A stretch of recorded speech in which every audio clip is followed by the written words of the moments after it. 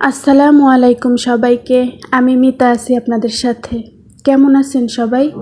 আশা করছি আল্লাহর রহমতে সবাই ভালো আছেন এবং সুস্থ আছেন।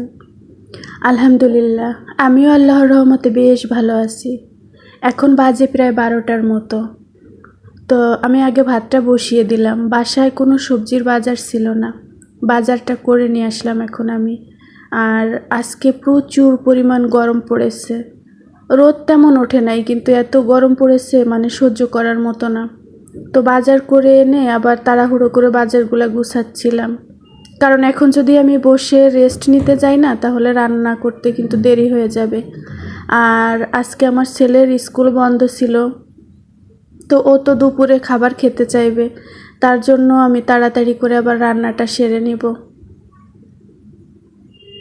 তো আজকে সবজি এনেছিলাম ভেন্ডি, তারপরে শাপলা আর কচুরমুখী, আর ডাঁটা শাক এনেছিলাম, মূলা শাক। আর জয়ের বাবা বলল যে এই লম্বা বেগুনগুলা ভর্তা করার জন্য আনবা। তো তার কথা মতো লম্বা বেগুন নিয়ে আসলাম। আর উনি খুব পছন্দ করে পটল নিয়ে আসছি। তো আমার বাজার সাজার গুছাতে গুছাতে কিন্তু ভাতটা হয়ে গিয়েছিল। আর একটু বুদ্ধি খাটিয়ে কাজ করলে কিন্তু তাড়াতাড়ি যে কোনো কাজ করা সম্ভব। তো আমি ভাবলাম যে আমার তো দেরি হয়ে যাচ্ছে, আমি ভাতটা বসিয়ে দিয়ে তরকারিগুলো কেটে বেছে নেই। আর হ্যাঁ, আমি মূলা শাক এনেছিলাম। মূলা শাকটা আমার ভীষণ পছন্দ। আর এই শাকে প্রচুর পরিমাণ বালু থাকে, তো বালুগুলা ভালো করে ধুয়ে তারপরে আমি একটু ভাপ দিয়ে নিলাম লবণ আর কাঁচামরিচ দিয়ে।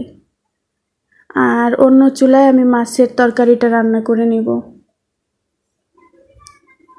আমরা তো মাছের তরকারি বেরেস্তা পুড়িয়ে উঠিয়ে তারপরে রান্না করে নেই। আর 3টা শুকনো মরিচ দিয়ে দিলাম আমি, কারণ কাঁচা মরিচে না ঝাল একটু কম লাগতেছে। আর কাঁচা মরিচের দাম একটু বেশি, তো বেশি দিতে পারছি না। আজকে আমি নিয়ে আসলাম 60 টাকা 250 গ্রাম কাঁচামরিচ। তো মূলা শাকটা আমি বাগার দিয়ে দেব। একটু ভাপ দিয়ে নামিয়ে রেখেছি, এখন বাগার দেওয়ার জন্য শুকনা মরিচ দিয়ে দিলাম। আর বেশি পরিমাণে রসুন কুচি দিয়েছি। শাকে আমরা একটু রসুনটা বেশি খাই। আর পেঁয়াজ দিয়েছি। আর এ পাশে আমি বেরেস্তাটা উঠিয়ে মাছটাও ভাজতে দিয়ে দিলাম। আর মূলা শাকটাও কিন্তু আমার নেড়ে চেড়ে নামিয়ে নিলেই হয়ে যাবে। পানিটা টেনে গেলে শাকটা নামালে কিন্তু খেতে মজা হয়। তো আমি চুলা কমিয়ে দিয়ে আস্তে আস্তে নেড়ে চেড়ে তারপরে নামিয়ে নিব। আর রান্না করতে আমার বেশি সময় লাগছিল না, যেহেতু 2 চুলায় বসিয়ে দিয়েছিলাম। তাড়াতাড়ি কিন্তু রান্নাটা হয়ে গেছে।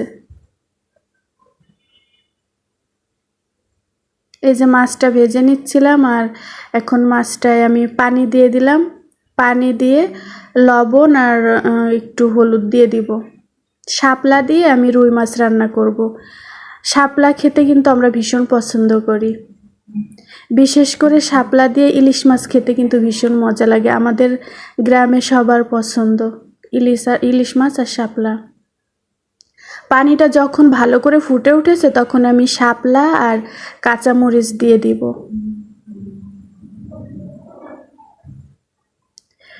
আমাদের এই তরকারিগুলো খেতে কিন্তু ভীষণ মজা হয়। আসলে আমরা ছোটবেলা থেকে খেয়ে অভ্যস্ত, তো এই জন্য বললাম।